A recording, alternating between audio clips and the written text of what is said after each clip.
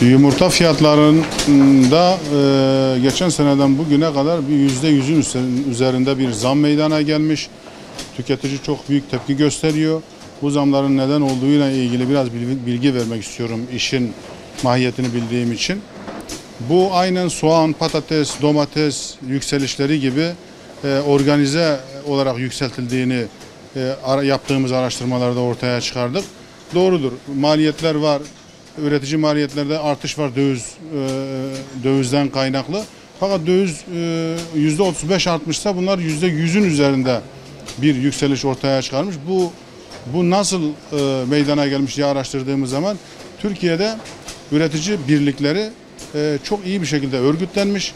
Normalde bu üretici birliklerinin örgütlenmesi üretimi artırmak, maliyetleri düşürmek ve kaliteli üretim yapmak için olması gerekirken bunlar serbest piyasa koşullarına aykırı olarak bunlar fiyatlarda spekülasyon, üreticiyi korkutma, üreticiyi fiyatta yönlendirme gibi WhatsApp grupları kurarak bu gruplar üzerinden tüm üreticileri kaydediyor. Bu üreticileri bu şekilde fiyatlarda yönlendiriyorlar. Ondan sonra fiyatlarını haftalık web sitelerinden açıklayarak fiyatların daha fazla artmasını sağlıyorlar. O yüzden yaptığımız çalışmada misalen TÜİK, Türkiye İstatistik Kurumu üretici enflasyonunun %20 olduğunu, tüketici enflasyonunun ise %15 olduğunu açıkladı. Ama bu ürüne bir de diğer ürünlere baktığımız zaman burada %100'ün üzerinde bir artış var. Bu artış tüketici tarafından çok sert tepkiyle karşılanmaktadır. Üretici birlikleri de çok güçlü olduğu için birlik olarak bazı haber ajanslarını çağırıp bu haber ajanslarına özel haber yaptırarak bu fiyatlardan bile daha çok zarar ettiklerini söylüyorlar. Kesinlikle bunun gerçekten alakası yoktur. Çok yüksek kazanç elde ediyorlar, çok haksız kazanç elde ediyorlar. Buna hükümetin ilgili kurumu hangisi ise müdahale etmesi gerekir. Fakat biz bugüne kadar da böyle bir müdahale görmedik. Şu anda yaptıkları yanlarına kar kalmış görünüyor. Bir senede direkt %111 zam olmadı. Bu zam 45 günlük bir zaman diliminde bunlar web sitelerinde 2 milyon yani %30 fiyat açıklayarak bunu birden yükselttiler. Bu aşama şu şekilde gerçekleşti. Bunlar önce WhatsApp gruplarında üreticileri zihinsel olarak bu fiyata alıştırdılar. Onlara bilgi verdiler, onları korkuttular, onlara umut verdiler. Ondan sonra hafta sonlarına pazartesi günleri web sitelerinden fiyat açıklamak suretiyle 3-4 haftalık zaman diliminde fiyatları bu seviyeye çıkardılar. Hatta şunu da duyduk, biliyoruz. Bu üretici birlik başkanları mesela her üretici birliğinin bir bölgesi var, bir üretici grubu var. Bu üreticilere gidip bizzat onlarla birebir temas edip görüşerek işte mallarınızı satmayın, fiyatlar daha fazla yükselecek, bunu bilin, elinizde tutun, daha kazançlı çıkacaksınız diye onları bu şekilde yönlendirdiler. Bunun yükselmesinin şeylerinden bir tanesi de, fiyatların yükselmesinin sebeplerinden bir tanesi de bundan bir yıl önce Türkiye'de 3-5 tane civciv üreticisi var, yumurta civcivi. Bu üreticiler, bu civciv üreticileriyle yumurta üreticileri bir araya gelerek üretimi kısma yönünde bir çalışma içerisine girdiler. Ondan sonra bu zamlar artmaya başladı. Demek ki şu anlaşılıyor, bu civciv üreticileri de civciv üretimini kıstı, civcivin fiyatını artırdı. Civcivin fiyatı da otomatikman herkes civciv koyamadı.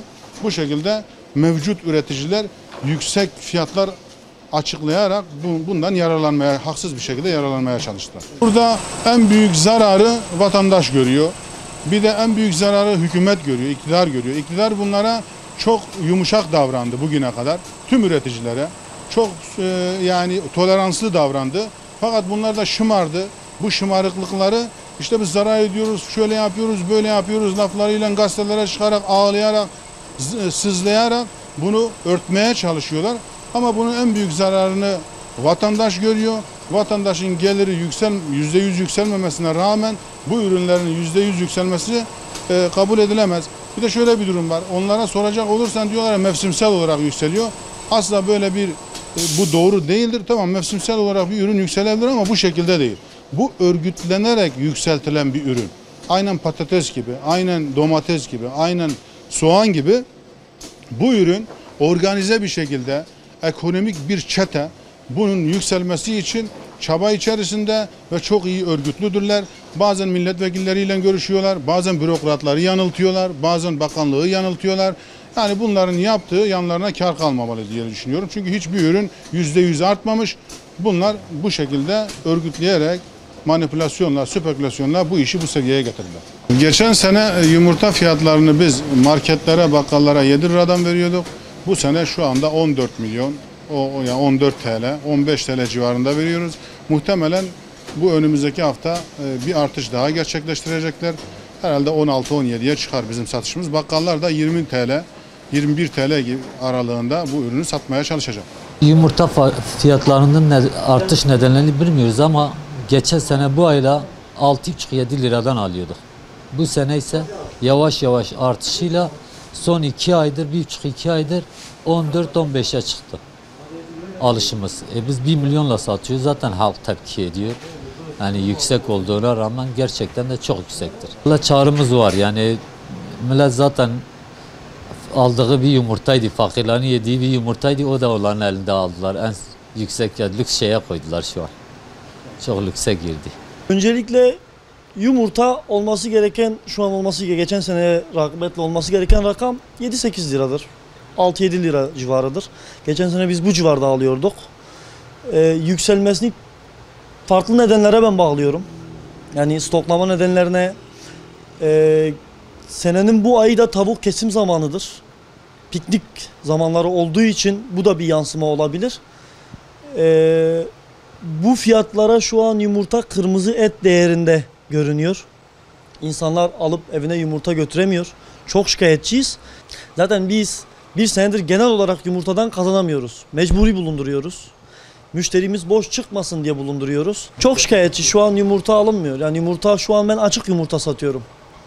Tane bazında satıyorum. Koli hali 2-2, 3-3 gönderiyorduk. Ben şu an sadece kendi evime bir koli götürebiliyorum. Diğer herkese tane. Yani günde 10 koli, 20 koli, 30 koli tüketmemiz gerekirken şu an açıktan bir koli ancak tüketebiliyoruz. Çok şikayetçiyiz. Bu işe bir el atılması kesinlikle lazım. Abi eskiden yumurtanın kolisini 7-8 liradan alırken şimdi 15-16 liradan almaya başlıyoruz. Koli zaten alamıyoruz. Çok yüksek geliyor. Geçim zor. Sadece taneyle alabiliyoruz. Tanesi de şu an marketlerde 75 kuruşla 1 lira arasında satılıyor. Yani ancak açık olarak taneyle yiyebiliyoruz. Eskisi gibi tüketemiyoruz. Çünkü fiyatı uygun değil, bayağı yüksek. 15-16 lira nerede, 7-8 lira nerede? 2 kat zam yemiş, yani zamlanmış, yiyemiyoruz. Yetkililere şöyle seslenmek istiyorum. Yani buna bir çare bulmalılar. Bu fiyatı düşürmeliler. Çünkü millet aç kalıyor, fazla yumurta tüketemiyor. Milletin yumurta yemeye ihtiyacı var. Yani bir çare, bir çözüm arasınlar, fiyatları düşürsünler yani. Böyle gitmez. Nereye kadar gidecek bu durum?